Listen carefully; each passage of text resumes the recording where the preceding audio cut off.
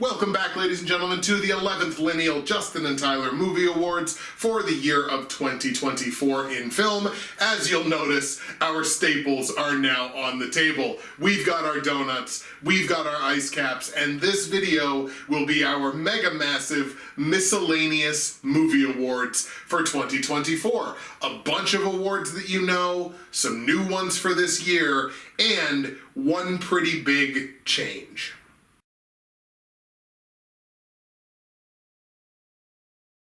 So, we had our little donut interlude, and it's now time to get into the Miscellaneous Movie Awards for 2024. And as far as I'm concerned, there's no better place to start than with the big change that's going to come this year. And I'm going to cede the floor because Tyler's going to talk a lot. So I'm going to take a nap and Tyler's going to talk. No, go ahead. Okay, so the big change moving forward is the Castle Award. Now, I got to get a little sad and dark for a second. Don't worry, he's not dead. But that day will come. And I thought, like, it's going to be hard for me to watch movies and look for bunnies and have that same kind of thing as I always did. I was always tying it into my experiences with the bun and et cetera, right? Mm-hmm. So I pitched it to him and he went along with it, partially because to go along with anything castle related. but in all seriousness, I do appreciate it. That we're going to move to the Castle Award 2.0. Like one thing with some honorable mentions every year outside of movies that makes us happy. Because the Castle Award ultimately is about love, happiness, finding the light in the darkness, right? So even though life can be kind of crappy sometimes, we'll always have the Castle Award, just like with Castle with me now. It's like he's always just there, having a bad day, I go home, there he is, right? And there's that little cutie. So, but before we move on, and we're both going to give those from now on, but before we move on, we got to put the Castle Award 1.0 to rest with one final pick for the Castle Award 1.0. Da-da! And the winner of the final Castle Award 1.0 is me. That's right. The most self-indulgent award in the most self-indulgent movie awards of all time. Thank you.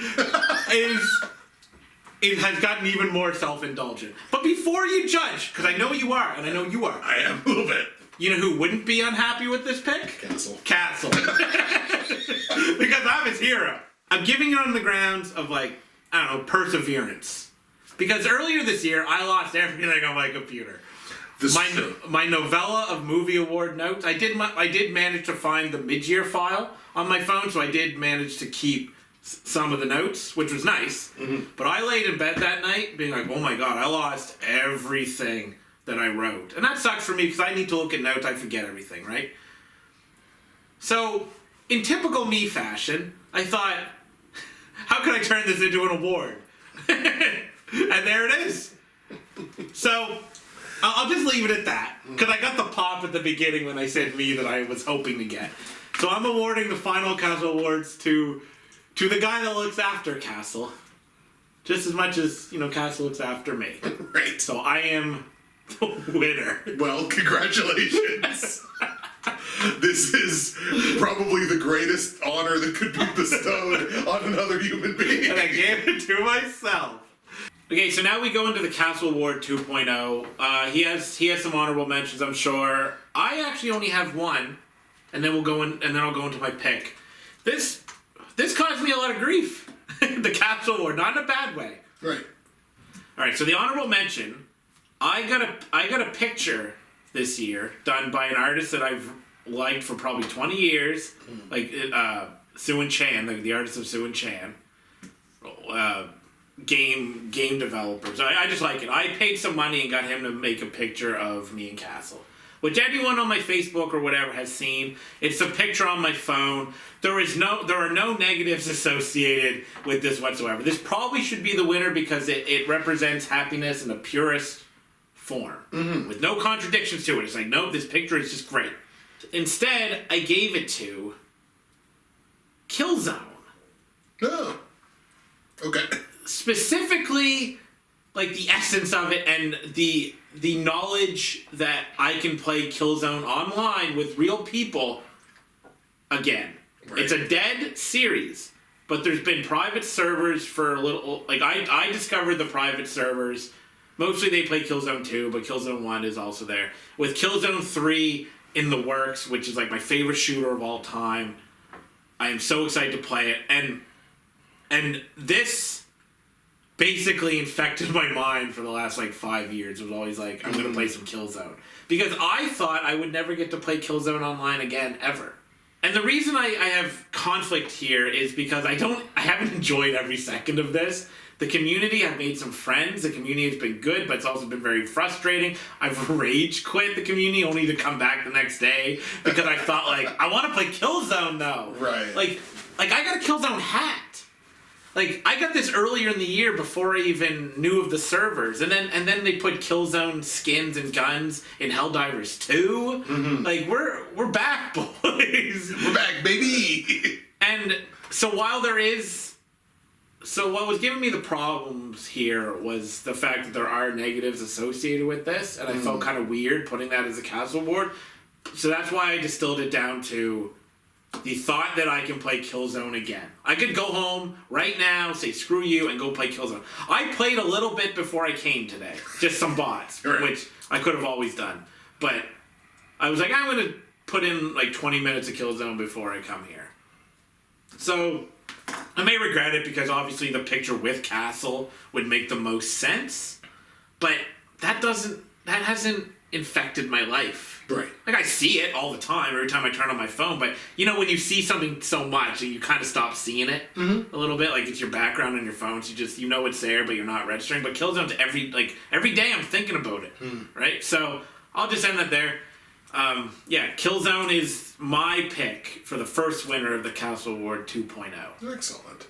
So this is a big moment for me because I've only ever given one Castle Award in the past, which was on the retrospect, the anniversary. So I mean, like it's not a duty that I take lightly. It's an award. That's why I let you do it. It's an award with a rich history. So, my honorable mention this year for the Castle Award 2.0 is getting the opportunity to watch two of my closest friends become friends with each other. And it kind of started, my good friend Caitlin, who's my massage therapist and one of my closest friends now, arranged covertly with my mother to have a belated birthday celebration for me this year because I turned 40, which was very sweet in and of itself. But among the folks who were able to go to that was my friend Sarah, who I've talked about on this show before. She's been my movie buddy for so many years, and obviously we don't really have that now because the theater's not here.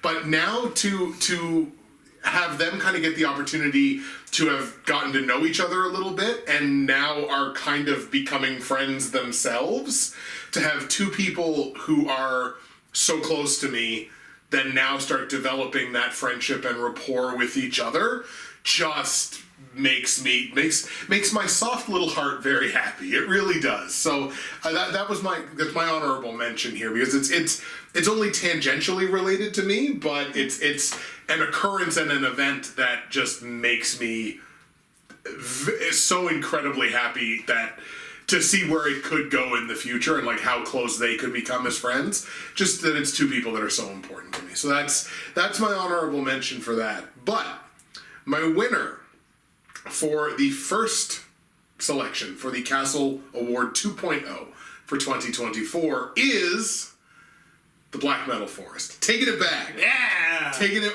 way, way back.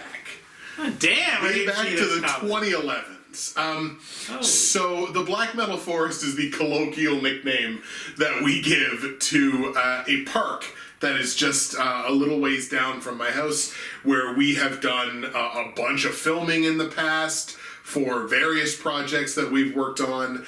And especially in the wintertime when there's some snow down. That's where it looks like the black metal. It looks very Nordic and very, very ominous and threatening and all black metal-y. But the reason that I select it is, like, over the last couple of years, I've paid way more attention to, like, my mood and my mental health and things like that. And I think as you age, it becomes more important. There have been very few elements of my life that have done as much good for my mood and my mental health as that park. The thing named after black metal. The thing named after black metal. But the ability to, so close to my house, be able to get in the woods, be surrounded in the middle of town, like a relatively busy part of town, because our hospital's right here. But right in the middle of town, in the middle of a fairly busy spot, to be able to get in there where it's quiet and it's calm and you're surrounded by trees, you feel like you're in nature, you feel like you've just kind of been dropped in the middle of, the middle of the woods somewhere, but it gives you that opportunity to kind of regulate with nature, and you just kind of balance out. It literally feels like time goes slower. So that has done so much for my mental health. And, like, just if I'm having a bad day, get in the woods. And get in the woods for 20 minutes, and you come out and, I don't know, the sun shines a little brighter and you just feel a little better. So I think the one element this year that did more for that and made me the happiest was probably that little patch of earth. So I'm giving it to the Black Metal Forest, and a bit of a callback, but I love the callback. It played a big role. So that's my award winner this year. Before there was Castle, there was the Black Metal Forest. It's true. We move on now to my solo award, which is Justin's I Don't Get It Award. And this is a film or an element of a film or a reaction to a film, which is, I think, what I did last year, because it was about, like, the anti-Disney zeitgeist around Wish, I think it was. I love that pick. Yeah. That was a that might be the best I Don't Get It pick of all time. I think that's going to be your favorite for sure. Yeah. I don't know which one would be mine, but that would certainly be up there. But yeah, it's an element of film or around film that I don't get it. I don't get it. I don't get the hype. But this year it's a little bit different. It's not that I don't get the hype, not that I don't get the reaction, because a lot of the reaction was I think somewhat similar to mine, or mostly similar to mine. My answer this year is that I just simply don't get the vibe. Uh-oh. My selection this year for Justin's I Don't Get It Award is Aggro Drift. I knew it as soon as you said vibe. Yeah, as soon as I said, I figured that would be the thing that would be the giveaway. So, look, Aggro Drift, it's a movie that I think I was probably always destined, I think, to appreciate more than I liked. Like I appreciate what's being done here. I appreciate what's being done here technically. I appreciate that he's going for something different. And, like, look, Kareen had genuine auteur status long before I ever watched a single one of his movies. like he had that on lock a long time ago. So, and it's not even that I dislike Aggro Drift, because I don't. But I feel like my feelings on it fall in line with a lot of probably the critical reaction to it, which I think was somewhat lukewarm for the most part. But he's on a vibe, and I'm just not on the same vibe. And I think that's ultimately where I kind of land on Aggro Drift. And, like, when he will come right out and say, I wasn't trying to make a movie. And, like, I have no doubt in my mind that is exactly what he wanted to make. And that's totally cool. I just didn't catch the train. So I don't get the vibe, even though I appreciate the technical elements and everything like that. I think it didn't quite give me what I needed from like a narrative perspective, and I think I'm just kind of leaning more into the fact that I need that good narrative in my head to make sense. To not just like to have a full appreciation for a movie. So Aggro Drift is going to be my selection for my I Don't Get It award. And this is at least the second time, if not more, that I've gone against a movie that you really liked, because I assume you really liked it, or a person you really liked, or whatever, because let us harken back to Hereditary, which is like the genesis of this whole award. Yeah, right, I forgot about that. Exactly. So, hey Tyler, you look like you have something to say. Do you? Yes, I certainly do. Okay. We got to keep this in the framework of what you're saying and not necessarily the quality of the movie. Correct. Or bad, right? Correct. So I have to approach this responding to what you say. I use this quote, I always paraphrase because I don't know the exact number or which movie specifically Roger Ebert was talking about, but it's the best way to sum up Kareen. When they were reviewing one of his movies, I feel like it was Julian Donkey Boy, but I could be wrong, could have been Gummo. 95% of people won't like a Kareen movie. That's just the way it is. Right.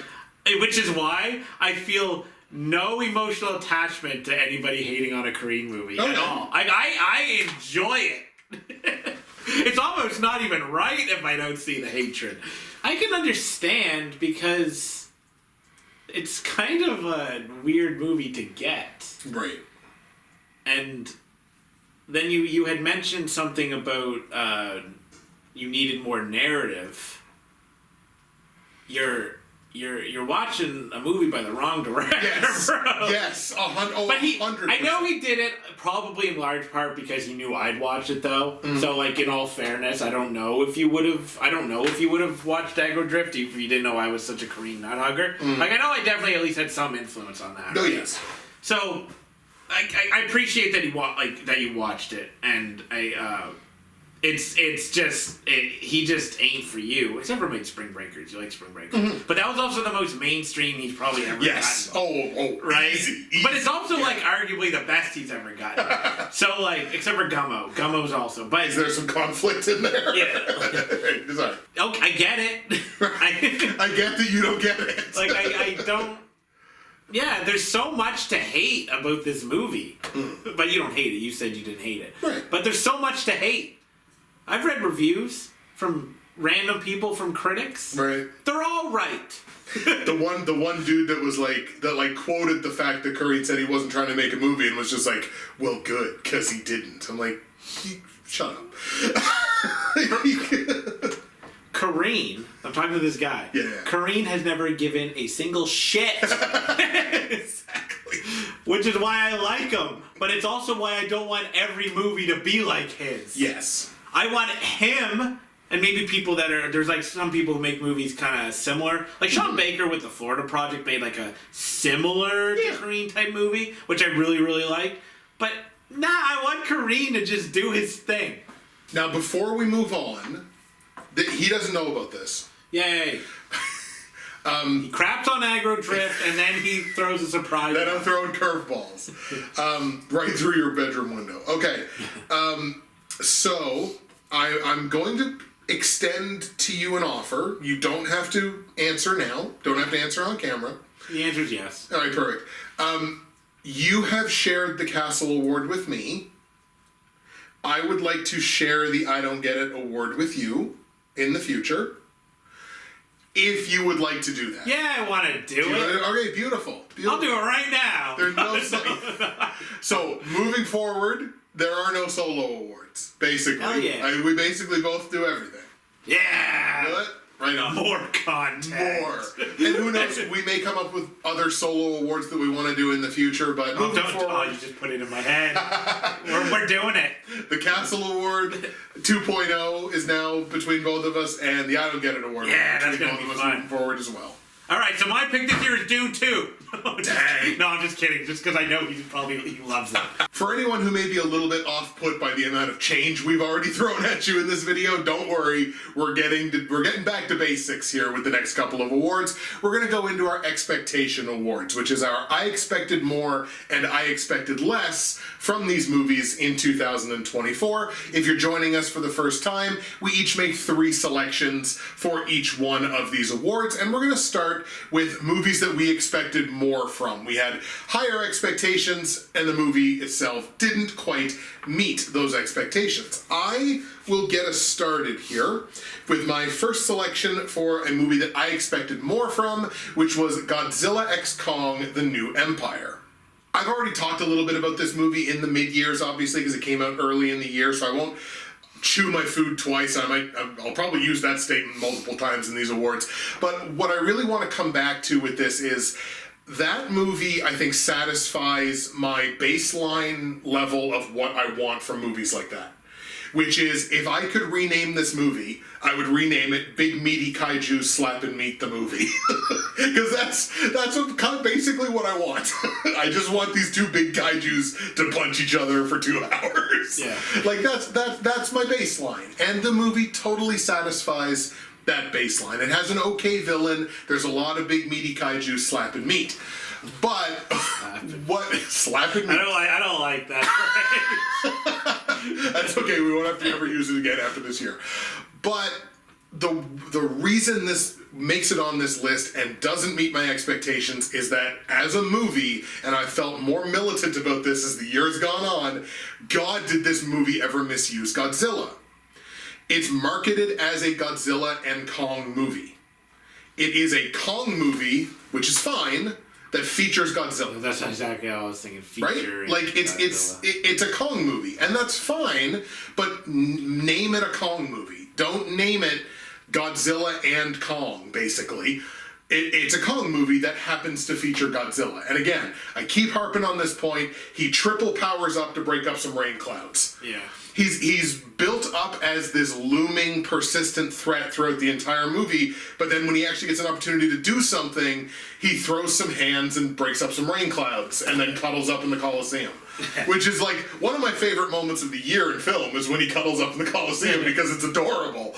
But it doesn't give me enough to feel like my expectations for the movie are met. So that's why it lands in this list. Yeah, I can see that. I was quite high on it at the mid-years, and I still actually really enjoy it as basically what you said. It's just an entertaining movie. Yes. But it hasn't aged as well as it should have. Basically for the reasons you said. But I still like it probably a lot more than he does because it is just an entertaining kaiju slapping meat. Yes. But yeah, no, I can understand that because I also expected more. Yeah.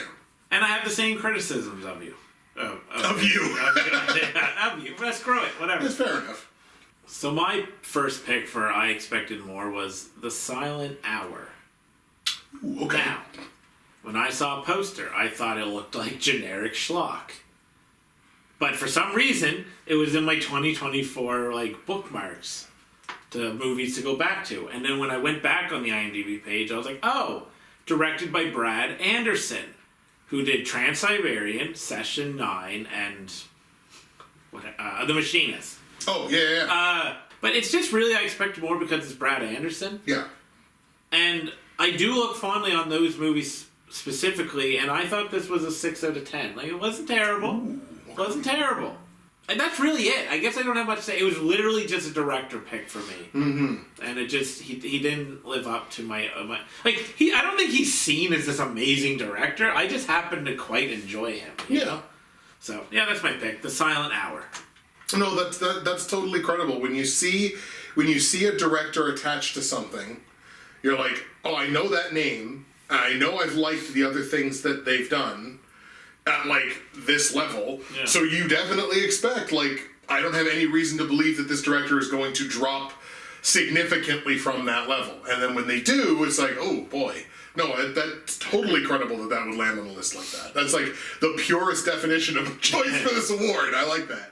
My second selection for movies that I expected more from in 2024 is Speak No Evil. So my expectation for this solely rested on the shoulders of James McAvoy. Yeah. Yeah. Solely rested on the You know, shoulders me of too. McAvoy. Right? When I see he's attached to something, I'm like, cool. I'm in. And the movie that this was based off of, it came out a couple of years beforehand. This is a remake of a 2022 movie. And it was actually fairly highly received. Like I'm pretty sure my critic or PSI on that movie is like 80. So it was like very, pretty highly received. My problem with it became very quickly as I'm watching the movie, I'm like, this is a Blumhouse feature. Because you can just smell it on a movie. You can tell. I don't know if there's a pheromone about these movies, but you can tell when something is a Jason Blum and Blumhouse feature. And sometimes that's good. Yeah. And sometimes it's not. And unfortunately with Speak No Evil, it wasn't. James McAvoy does so much heavy lifting in this movie, and basically he propels it mostly to the ranking that I gave. I think I gave it like a 6 or something. Or a 60 by my scale. That's mostly him. And in the first 50 minutes of the movie or so, it's a slow burn, but at some point it becomes painful. And then when it takes a hard left turn into generic slasher schlock, and they changed the ending from the one from 2 years ago to give it more mainstream appeal, and it's not for the better. Right. So there's just a number of things that wound up going against this movie to having it fall, fairly. I expected a 75 out of it or something, something that could push an 80. Because again, I'm just such a McAvoy fan. Yeah. And he could not have worked harder to try and get me to that point, but it wasn't enough on its own when everything else was kind of going against it. So Speak No Evil winds up as my second selection for I Expected More. So basically, I pretty much agree with you. I'm reading my critiquer, and it says it takes a little too long to get going. The payoff doesn't really justify the build. I did say I enjoyed watching it, but it also left me a little cold because it doesn't really do anything incredible except for put a lot of importance on Hoppy, the stuffed bunny, which nobody but me cares about. I gave it a 6 out of 10. Yeah. So, yeah, I agree. That's a really good pick. Nice. My second pick for I Expected More is a weird one because people are going to think, why would he expect more from this? But my pick is Frankie Frico. Okay. There was a movie, I feel like it was 2020, but I could be wrong. I don't remember. That has aged really well with me. I liked it quite a bit at the time, but it's even aged pretty well with me. Psycho Gorman? Yes. Yep. I thought that movie was so clever. The action sequences in it were kind of low budgety and not in a good way, but the script was funny. The villain, Psycho himself, he was cool. The ending was fantastic. I really liked that movie. Same director. And this movie is not good. Dang. It's not the worst movie of all time, but it has all the problems of Psycho Gorman without any of the positives. Right. It's not clever. It's not funny. It's just, I watched it. I thought, oh my god, because I really thought I had someone with this director, but really it's basically 1 for 2. So just watch Psycho Gorman if you haven't seen it, and skip Frankie Frico. Even Robbie, friend at work for those who may not know, we talked about it, and he was like, yeah, I didn't really like it. I was like, okay, good, I'm not crazy. Right. Because he likes kind of schlocky horror and horror comedy, which this is. So he didn't like it either, and so I felt a little justified. But yeah, Frankie Frico. Frankie Frico. Your favorite movie of the year, I bet. Number 1. You nailed the prediction. I know. And my third and final selection for the movie that I expected more from in 2024 is Civil War. And my entire feelings on this movie are summed up by saying this. It was a movie with a great marketing campaign. Yep. It was a persistent marketing campaign too, because it was all over the place. But when Jesse Plemons has the scene where the journalists are like, we're Americans, and he scratches his face and he goes, okay, but what kind of Americans are you? Like, he has his trailer moment. It's extra funny because the movie is so spineless and apolitical that it doesn't actually want you to answer that question. Yeah. And that sums up why it's on this list. I maybe foolhardily expected it to take a stand, and it didn't. And basically, I feel that it boiled down to, no guys, the message we're actually trying to say is that photojournalism is hard. And I understand that that's derisive, and that's me not giving the movie any credit at all. And I didn't hate the movie, but I came into it expecting something entirely different than what I actually got, and that's why this lands here, because I, especially based off of the marketing campaign, definitely expected it to be much more than what it was. Yeah, when a movie with a premise that is admittedly pretty cool, but very inherently political, ends up being rather apolitical and like you said, spineless. Man, that's a problem. Yeah.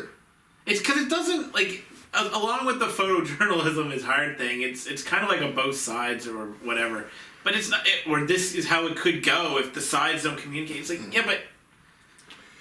But okay. Then you don't delineate what the sides are. Yeah, you don't do anything.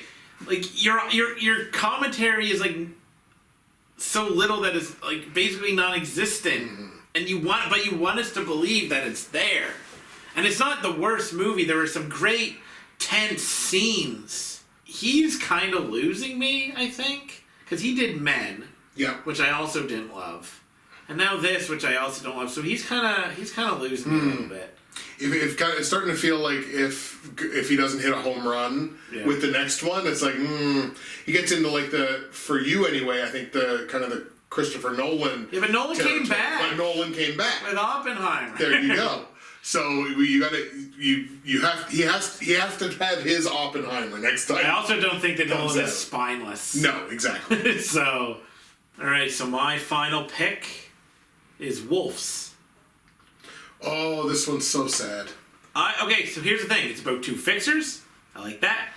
Brad Pitt and George Clooney together. I like that, especially, and they're being charming, and I especially love charming Brad Pitt, but I love me a charming Clooney, too. Mm-hmm. It's like a thriller of sorts. The director of the 3 MCU Spider-Man movies, which I think are fantastic. Yep.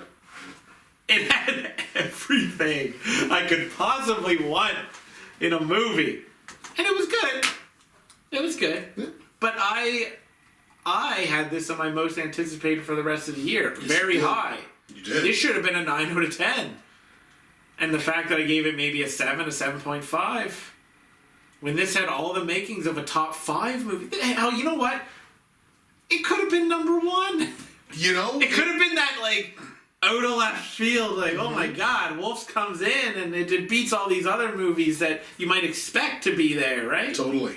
I was disappointed, but still enjoyed it. Yeah. I would still recommend it to people. I was like, it's fun, look at. But didn't use any of its components as well as it should have, and that's disappointing. But I do like it. But my final pick is Wolves. That one definitely hurts, because I mean that was a hey, remember the movie draft? That was a movie draft pick for you too. Yeah, man, I had such high expectations for this. Definitely. Now, ladies and gentlemen, we flip the coin as we move on, and we look at the 3 movies that we each expected less from in 2024, and we're going to have Tyler kick us off this time. This one will be short and sweet, I imagine, unless you've got some massive feelings about it. Right. My third pick is, or my third whatever entry is The Idea of You. Oh, nice. I mean, it's a romantic comedy. Yeah. I was just kind of like, you know what? Let's just put it on. Let's just watch it. And I'm not going to say it's an amazing movie, but I was sitting there, I really enjoy this. Yeah. So that's really it. I just, with a romantic comedy, it's obviously not a genre that I gravitate towards. There's usually a few a year that I really like. Mm-hmm. Can't think of them off the top of my head, but there certainly are some, and this was kind of one of them this year that I thought, yeah, this is quite good. I'm kind of the same. There's always there's a handful that you watch and it's just like, ooh, that that hit me on some level that I didn't expect it to, or that was more entertaining than I expected it to be, or what have you. So, oh, that's good. That's not as soon as you said it, I was like, oh yeah, of course, that makes total sense. Yeah. My first selection for movies that I expected less from in 2024 is Musica.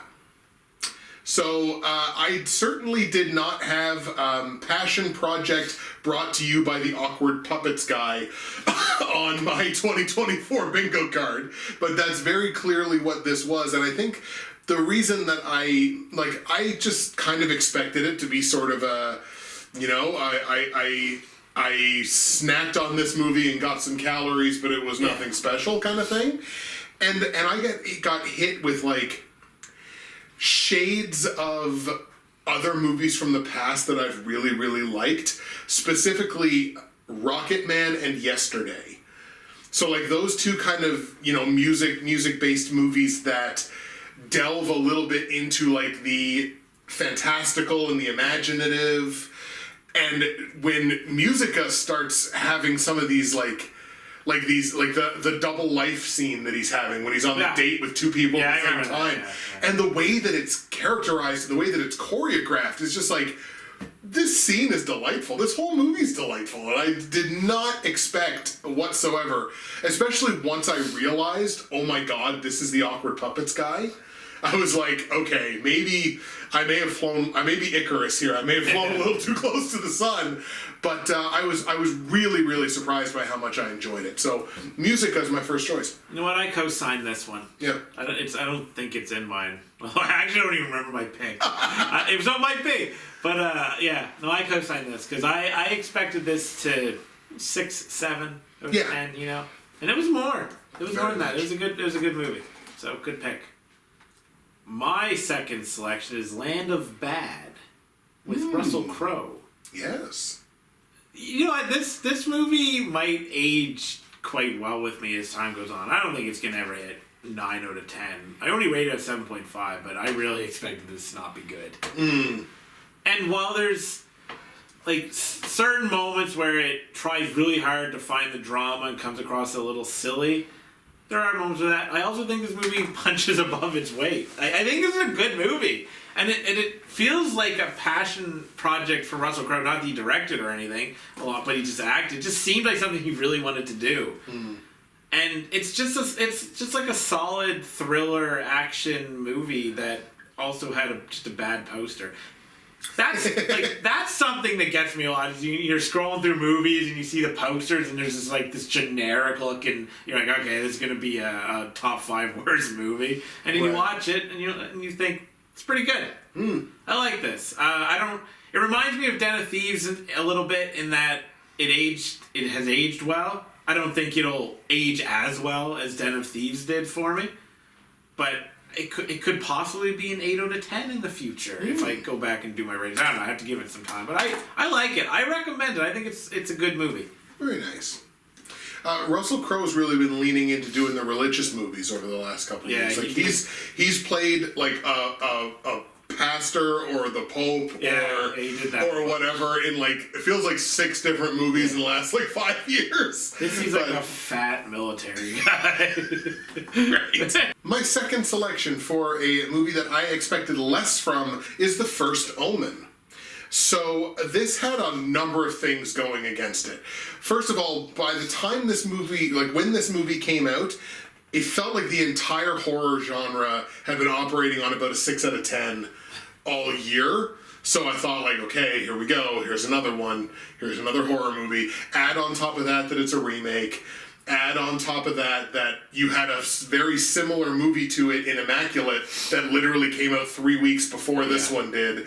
And it's like, oh boy, like this might be rough. Like this could be, and I was, as we talked about in the mid-year, obviously I was not a fan of Immaculate, so I thought like, oh boy, like this is just going to be another version of Immaculate. And what I wound up getting was one of like the genuine surprises of the year for me, if not the singular surprise of the year for me. Obviously, it had my best female performance of the year at the mid-years in Nell Tiger Free. I thought the direction by, I believe it was Arkasha Stevenson, I thought the direction of it was really good. It set exactly the tone that it wanted to. Like, I just didn't... expect it to be anywhere near the quality that it actually was. So The First Omen winds up on this list.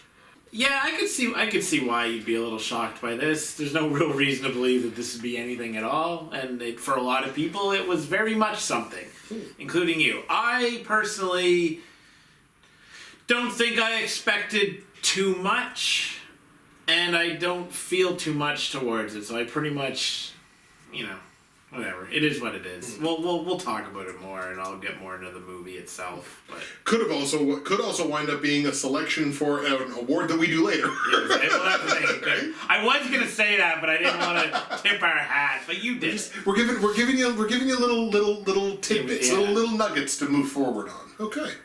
All right, and my final pick for this is Kingdom of the Planet of the Apes.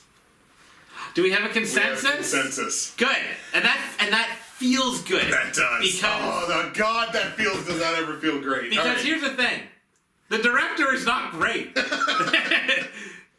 He overachieved with this one. You bet. It's not as good as the original trilogy. Even the one that isn't directed, the first one, but the one that isn't directed by Matt Reeves. I still think it's probably better than this, although it's pretty close. But the Matt Reeves ones are just, Yeah. So it's obviously not as good, but I'm pretty sure I rated this an 8 or an 8.5. I really liked this movie. This was going to be, it was certainly an assumed or almost guaranteed to be victim of the track record of the three movies that came before it. Like this will almost certainly pale in comparison to all three of those. I'll even say it on camera. I think that Caesar trilogy might be, for me, a top 5 trilogy of all time. Like, I mean, those three movies are incredible, and I love every single one of them. Yeah. So I'm sitting here thinking, like, exactly what I have in my head is Lord of the Rings, right? Because I'm like, okay, it's a little bit of a callback to earlier, but I'm like, okay, you have that trilogy of Lord of the Rings movies, and then you have the Hobbit movies that come out afterwards, and it's like the Hobbit movies were never going to be as good as that, and it turned out they weren't. It got to the point where, because this was basically a director thing, as we both said, where it's just like, this guy is not gonna do anything amazing. And then I watched this, and I'm pretty sure he was at least being talked about, or is officially tapped to do the Legend of Zelda movie. Ooh. Which is live action, which I find kind of weird personally, and I'm not even a big Zelda fan, but after seeing this, I thought, alright. Yeah, I can see it. Maybe this guy can pull it off. Right. We're gonna see. That I am so intrigued by whatever he does next, because can he keep this going? Because, dude, I said it at the beginning, you overachieved on this one in a good way. Big time. Let's keep doing it. Moving on, ladies and gentlemen, we come to the movies that we can't believe we loved and can't believe we hated from 2024. This is one singular selection for each of us, and we're going to kick things off with the movie that we can't believe we loved. And I will start. My selection for the 2024 movie that I can't believe I loved is the movie that I like to refer to as the little movie that shouldn't work. And that's Hundreds of Beavers. Hundreds of Beavers is a movie that does not deserve to work. I know that, like the concept of the movie should not work in 2024 or 2022, I guess technically when it was made. But like, for it to be a black and white pantomime Charlie Chaplin movie shouldn't work in 2022. It feels like as a movie going public we've moved far beyond that. But when it's done super exceptionally well and is very, very funny, dripping with running gags, and is made by people who were desperately passionate about doing a good job, it can totally still work. And just the movie that came out of nowhere for me this year was Hundreds of Beavers. And again, can't believe I loved it. And the only other thing I want to say about it is something that I think is going to appeal to you directly. Yay. So when I watched this movie in a hotel room on vacation in April. And I want to make a point of letting you know what my movie options were on that day. So I could have gone to the Park Lane Cinema, which is close to the hotel I was staying at. I had 2 film options. Or stay in the hotel and watch Hundreds of Beavers. My other movie options on that day were The People's Joker or Sasquatch Sunset. Those were my two options.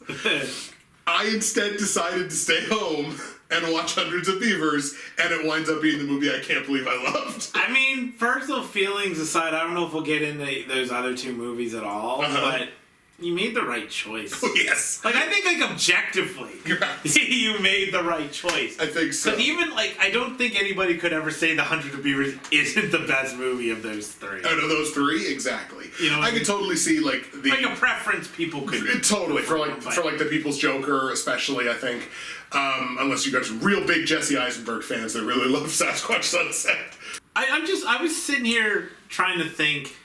Could Hundreds of Beavers ever win a I Can't Believe I Loved? Because when I think about it, the premise of a guy fighting Hundreds of Beavers, I feel like it's just a winning premise. So on that note, I don't think I could ever be shocked that I love it. But the fact that it was so creative and cool, maybe. I mean, I didn't consider it. I'm just trying to look at it in the context of I Can't Believe I Loved. And I don't think it would ever qualify because I like the premise too much, you know, like to be surprised by it. But at the same time, maybe I wouldn't expect to like it as much as I did, and so I could kind of see your point on that too. So that was it. But either way, it's a good pick because that's a great movie. And I objectively made the right choice, and life's about making good choices. Right. I never do that, but my pick for I Can't Believe I Loved is Transformers 1. Ooh, okay. Dude, that trailer sucked. Yeah, that trailer that was maybe the worst trailer I've seen. That's so bad. My God. Like, I said this at the mid-years, but watching, like, I gave it the best cinematic beatdown just because of the trailer.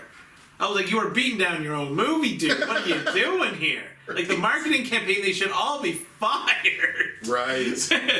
Like, what? Anyway, but the movie, I won't get too much into it, because usually these movies get in later. But that's really why I won, because I don't know how anybody could watch that trailer and expect it to be a great movie. And I think it was. Like, legitimately much better, much more heart, and even funnier. Yeah. Which was the biggest surprise because that trailer was leaning really hard in the comedy, and the comedy was not working. Right. But so I'm pleased. Like, for some reason, Transformers is back. Like the one, like what, last year was it? Yes. The live action one. That was awesome. I like that one more. But still, like Transformers 1 somehow succeeds. Yeah. So that's my pick. Transformers 1. I like that. I like that a lot. Yeah, because that's one you could totally see, like. Coming out of left field and just being like, wow, this is actually like, I kind of felt like maybe this was, I had a fear that this was going to be bad. Yeah. And then it's like, at first you have that like, okay, pretty early on you can tell that it's not bad. So you're like, okay, cool. It's not bad. And you're like, no, this is actually good. Yeah. No, this is actually really good. Like, I actually love this. So no, that's the pure definition of the award. I should say, I say this kind of every year, but loved for me is a 9 out of 10, right. and I don't think of this as a 9 out of 10. So it's really kind of I can't believe I really liked. Right. But I kind of feel the need to. I have a hard time with that sometimes, but it's still a movie that I objectively really like. Yeah. I could say love in casual conversation. If someone was like, "What did you think?" I was like, "Oh, I loved it." I would probably just say that. All right, my pick for I can't believe I hated is Argyle. Ooh, really? Yeah. Okay. I mean, 2 reasons. Great cast, Matthew Vaughn. Should have worked. It didn't for me. Definitely. Again, it's a bit of a stretch of the award. Hated would imply maybe a 2 out of 10. Right. I'm very rarely surprised that I despise a movie. Right. So I have to stretch it to pretty much anything that's probably a 4.5 or a 4 below. And of those movies, this is really the only one where I look at it, I go, can't believe that's there. Right. Fair enough. I don't think a Matthew Vaughn movie has ever been in that for me. And to be honest, I don't know that one will ever get there again because I think the guy's too talented. Right. And I don't know what happened. No, and I even appreciated Bryce Dallas Howard as an unconventional female lead in a movie like that. I mean, it's a great cast. Yeah. They're trying. It didn't. I don't know if it comes up again. I'm not checking my ticker to get my criticism. Right. Because it might come up later. I don't know. But I'm just keeping it strictly to expectations and whatnot. And my selection in 2024 for the movie that I can't believe I hated, even though I probably should have known better, is Lumina. Really? You can't believe it? I can't believe I hated it. Okay. There's elements in that movie, alien abduction, conspiracy theories, sci-fi elements, there's things, there should have been enough in that movie to kind of grasp onto, to be like, okay, this isn't great, but there's some stuff here. Right. And I wouldn't have hated it if Gino McCoy wasn't a hack. Unfortunately, he is. And it's so funny when you're watching the credits for that movie. Every exec producer role has the last name McCoy. Oh, nice. He just cashed checks from his family to make that movie. $25 here, $25 there, enough to buy a license for MS Paint from Windows 95 to do the CGI. That's all it was. His family just financed his little alien conspiracy passion project. And my personal message to Gino McCoy is this. If you're trying to be the Room, you never will be.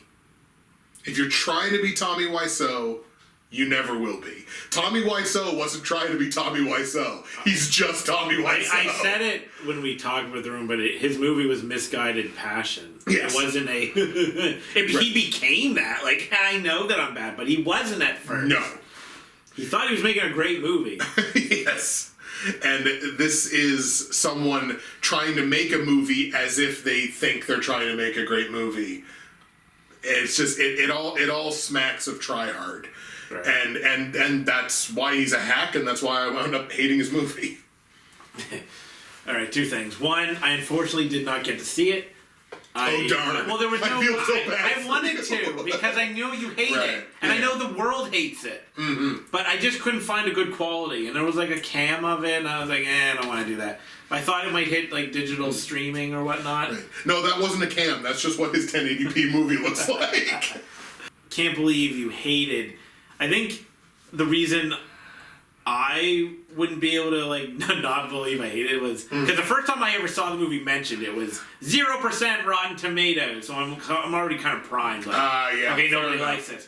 But had I not seen that first, and I would have seen maybe the premise, because I remember the premise at least on the IMDb summary being this looks like a sci-fi, whatever, that could be cool. Then maybe I would have been able to be like that. It's just I saw this is the worst movie of the year. I'm like, well, now I'm already expecting that. So when I went to see this movie, the IMDb rating was in the 4s or something. So I'm like, okay, that's probably not great. So a Harmony Korine movie. Now I understand that's just him getting all of his family members to go and prime. Yeah, because it's probably 15. Probably 15 rating. Right? 6 of them were 10 out of 10, the rest of them were 0. Yeah, exactly. We now move on to our 2 new awards for 2024.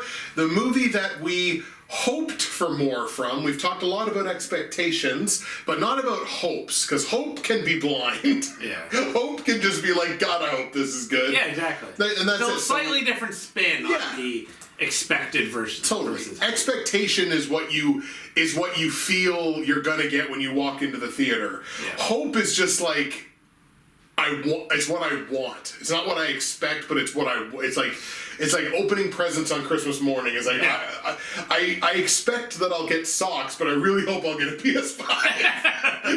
But what we're gonna start with is the movie that we nailed it, and I'm gonna let you explain this because I think this was Both of these, I think, were kind of your kind of brainchildren, but can you really explain this award specifically? Sure.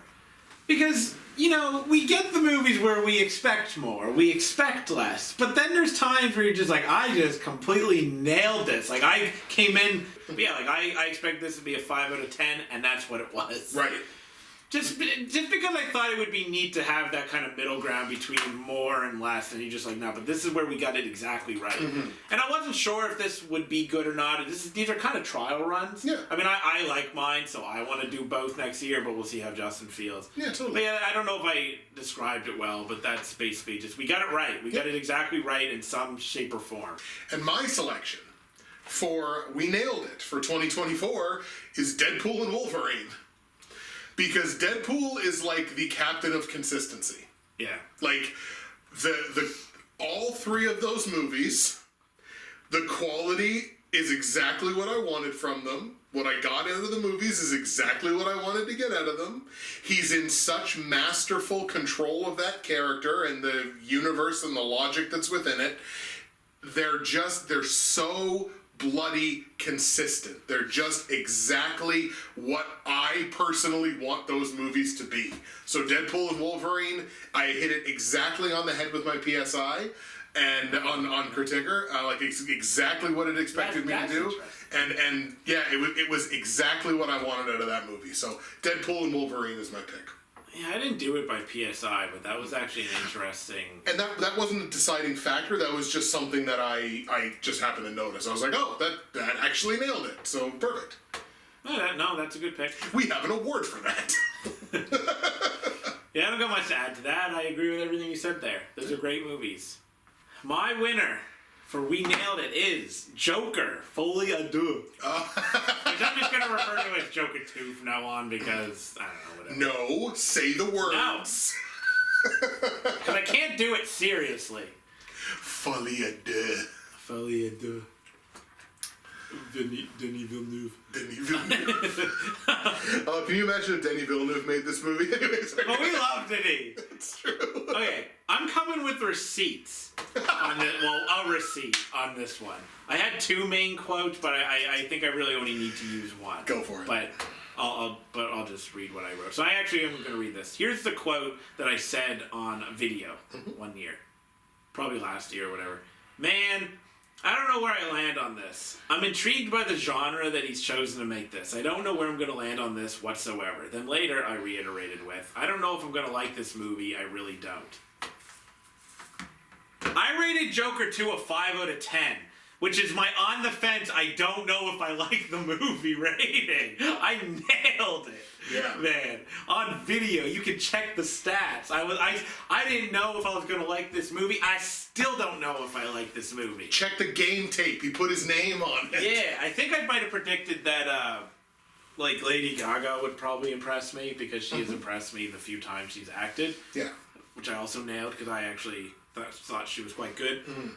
Yeah, I don't want to give away too much about this movie because it feels like a movie we're going to talk about at some point. It's too big in a sense, even though it failed at the box office. It's too big in a sense maybe not to talk about at some point.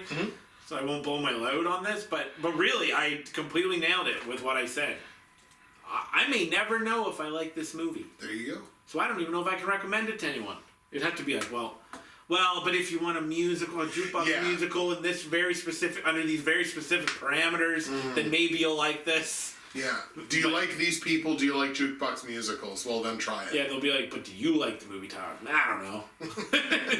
All right, so my pick for the first ever Hope for More is The Lord of the Rings, the War of the Rohirrim? Rohirrim, whatever. Doesn't matter. We got a consensus on the first ever. The Lord of the Rings, The War of the Rohirrim is my selection as well. Go ahead. Here's why I hoped for more. As you may know, I don't like Lord of the Rings. I play it up a little bit. Right. But I don't like Lord of the Rings, the movies.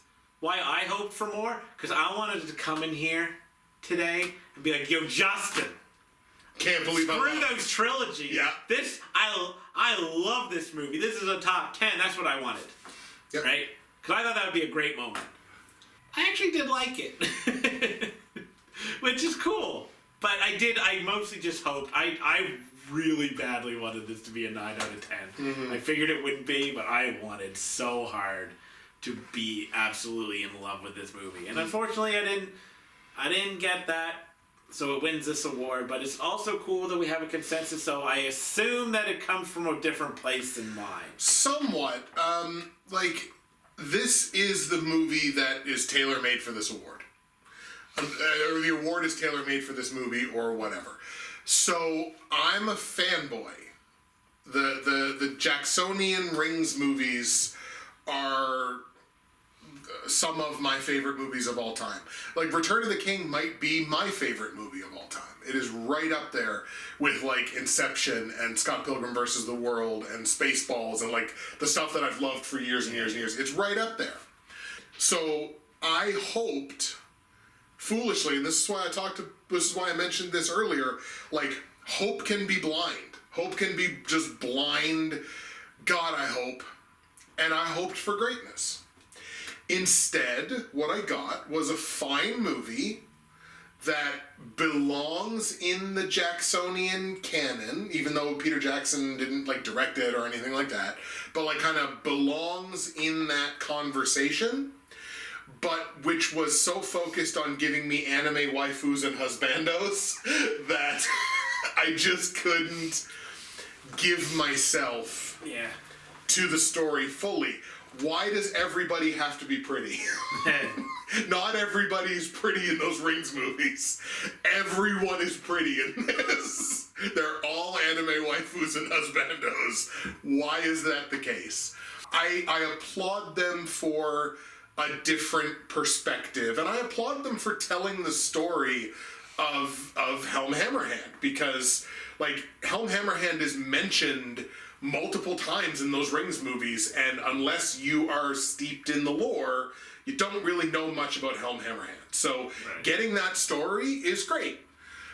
But I hoped foolishly against hope for greatness out of this movie, and what I got was, it was fine. It was good. I enjoyed it. Yeah, just the quality of the movie. The only thing off the top of my head without checking my notes I remember is thinking that some of the animation was quite bad. Yes. There was definitely some deep flaws within this movie, but man, I enjoyed it. Mm-hmm. I liked the story. Like, I read criticism of it, like, the story, whatever, characters. I'm like, I don't know. I liked it. I don't know. It was kind of breezy, but there were some cool scenes. It was dark, and I don't know. I liked it. It's contentiously, I suppose, my favorite Lord of the Rings movie. And to close out the Mega Miscellaneous Movie Awards, we've got 2 more new ones for 2024, which are the Most Insistent Movie of 2024, which was my selection for a new award for this year. And we have Tyler's selection as well, which is one thing I'd change about a movie to make it better in 2024. I believe I characterized that properly. All right, right on. So let's start with the Most Insistent. We both give a selection for this, and I low-key kind of feel like I'll put myself out there on this. I feel like we may have another consensus, maybe. My selection for the Most Insistent Movie of 2024, which again is the movie that I think insists upon itself and its importance and its tone the most, is The Crow. Oh. Damn. No. Damn. I was hoping for it. But I can see it. Right. Even before you say anything, I can see it. Like, okay. So, alright. So, you're gonna remake, like, a fairly iconic film, right? What you present is emo McSad boy and a charisma vacuum who have absolutely no chemistry whatsoever. They have awkward sex and no chemistry. Yeah. And, like, I'm sorry. If you had to have been able to do better than FKA Twigs. I don't dislike her. I dislike her in this. I don't dislike her overall. I'll be perfectly honest, I didn't know who she was. So, like, I had no idea. I still don't. When I first looked at the name, I was like, fucking Twigs? I was like, who's fucking Twigs? FKA, but that's what I thought when I looked at it. I was like, who names their kid that? But they have no chemistry. Bill Skarsgård and her have no chemistry. But the entirety of the movie is just my sadness. Because my girlfriend, I feel like a preacher, my girlfriend got killed. And I'm so sad. And there's pounding, booming music for the entirety of the runtime of the movie that it's like, feel the character's sadness. And I'm like, you are insisting that this is so important, and there's no importance to this at all. This insists upon its own importance harder than I think anything I've ever seen in my entire life. So I'm like, you know what? This is my award, and this is who's getting it. So The Crow is the most insistent movie of 2024, in the opinion of your boy. Yeah, I can see that. Like, the original Crow is a gothic, like, no, I don't know if I'd say masterpiece, because I don't think I like it that much. But I did really, well, no, I would say I loved the first Crow. Mm-hmm. But it's kind of like comparing emo bands. Mm-hmm. Because there's a lot of really good, super sad emo stuff, or even stuff like The Cure. Yeah. They're just really like in that kind of vein, but not every emo band is good. And this Crow, I didn't hate this Crow. I actually think I might have fallen like a 5 because I was kind of like, nah, whatever. Mm-hmm. I didn't hate it, but I know it's a bad movie, but I also was just kind of like, nah, whatever. But this is a bad emo band. Like, you can do this kind of stuff really well. Mm-hmm. Case in point, The Crow from the 90s. Right. This ain't it. So I can see why you would think that that's, like, insistent. Yeah. If The Crow from the 90s is The Cure, this version of The Crow is like Hawthorne Heights. Yeah, true. We are not the same. Right. My pick is Megalopolis. Ooh, that's a good pick. It insists its art so hard. Yes. It goes from, like, it tries so hard to be artsy that it ends up being, like, amateurish from the colors to, it's just like, yeah, we're trying something so cool. Like, it's like, I say this because I like this phrase. I usually say militant satire, but I'll say militant directing because it is. Yep. And sometimes that's really cool when you look at something that's like, yeah, the directors stink. It's like all over this, but it's cool because there are movies that I love this year that the directors stink is all over it. And I'm like, ooh, but this is like sniffing your own farts and then declaring how good your farts smell. Like, just keep it to yourself, right? Like, no one's impressed that you like the smell of your own farts. We all do sometimes, but we don't talk about it. It wants to be artsy, instead it's fartsy.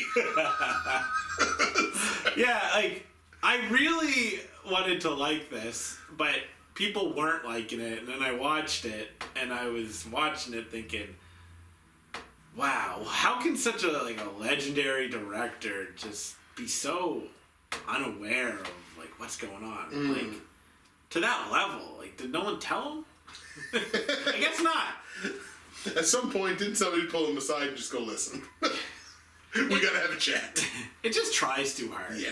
Like The Crow, it tries too hard with this. My sadness. This is like, my art, right? Like, so my pick for the one thing that I would change in the movie to improve it is Alien Romulus. Okay. Because, straight up, made the xenomorphs bitches. And they should never be bitches. They kind of, there's like one scene in particular that, like, where she shoots them all, and they kind of set it up with this gun basically shoots itself. Right. It's like auto aim, basically. It's like, okay, I get it logically, but people have given credit to the face huggers being probably more terrifying than the xenomorphs. I would agree. And I would agree too, and that's the problem. That's what I would change. Because the xenomorph is the greatest horror villain of all time. They were not scary or cool. And that really, really deeply upset me. And I don't hate that movie. And a lot of people really like that movie. I was watching it, I think I might have rated it a 7.5. Right.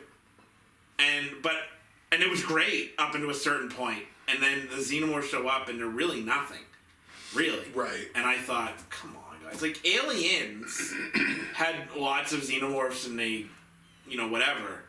But it was still great. Because I know that they're not individually as strong as, say, like, the Predator. Like, 'cause the Predator's like a one-man wrecking crew. The xenomorphs are more like a hive that...